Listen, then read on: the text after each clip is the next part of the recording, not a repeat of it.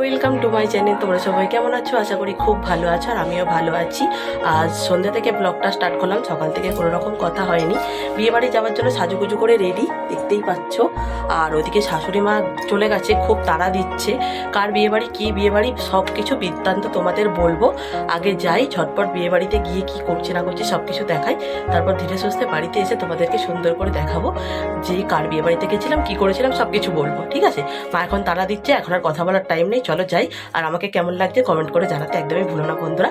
চলো তাহলে বিয়ে বাড়িতে গিয়ে আবার তোমাদের সাথে দেখা হচ্ছে। আমরা গাড়িতে সবাই মজা করতে করতে বিয়েবাড়ি পৌঁছে গেছি।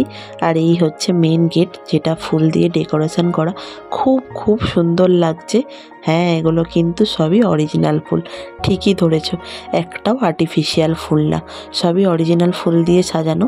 এই যে সাদা সাদাগুলো দেখতে পাচ্ছ, এগুলো সমস্ত কিছু রজনীগন্ধা। দেখতে তো দারুণ লাগছে। গুটি গুটি পায়ে ভেতরে যাচ্ছি, আর পাশে না খুব সুন্দর একটা সেলফি জোন করেছে। যদিও ওখানে ফটো তোলার একদমই সময় পাইনি, তোমাদের দেখিয়ে দিলাম। এই যে দারুণ লাগছে, খুব সুন্দর করে সাজিয়েছে, আর বেশ বড় জায়গা।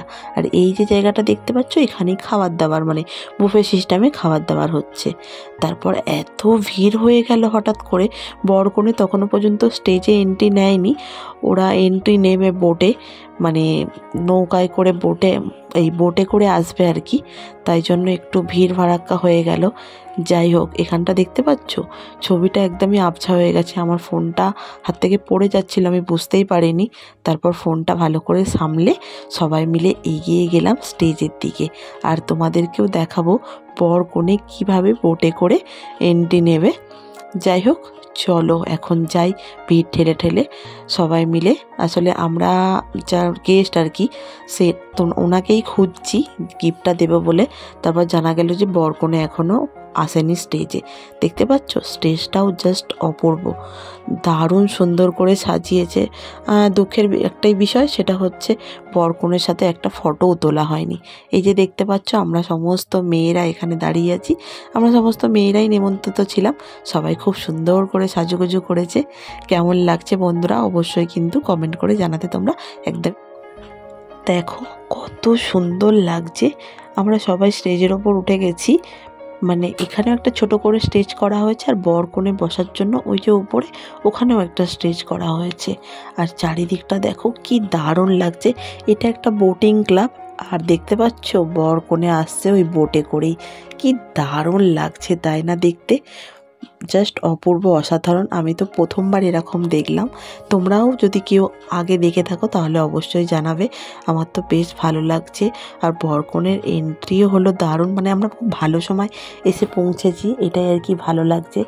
আর বরকনে এবার হেঁটে যাচ্ছে। এত ভিড় হয়ে গেছিলো না এখানটা, যে আমি ঠিক করে ভিডিওটাও করতে পারিনি। যতটা পেরেছি তোমাদের সাথে শেয়ার করলাম, তোমরা জানাবে যে কেমন লাগলো। আর কি কিছু বলার নেই।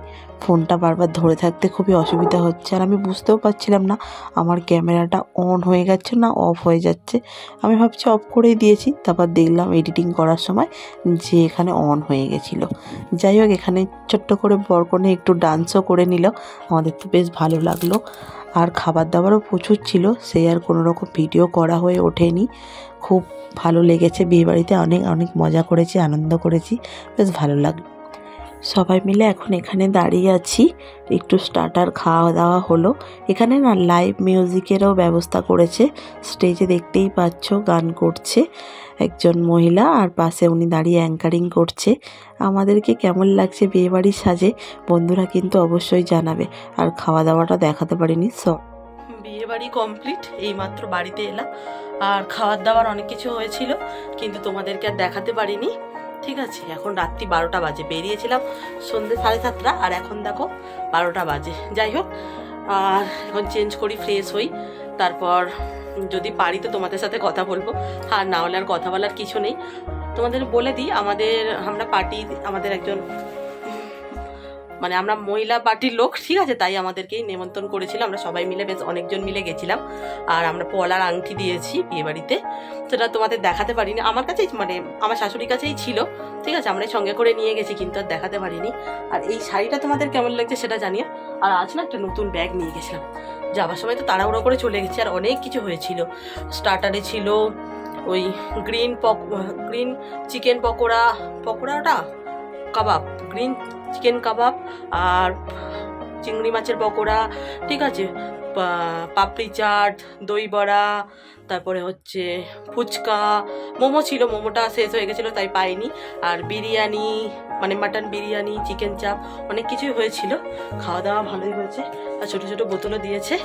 যাই হোক, এখন ফ্রেশ হই, পরে আবার তোমাদের সাথে দেখা হচ্ছে আরাম করে, ঠিক আছে।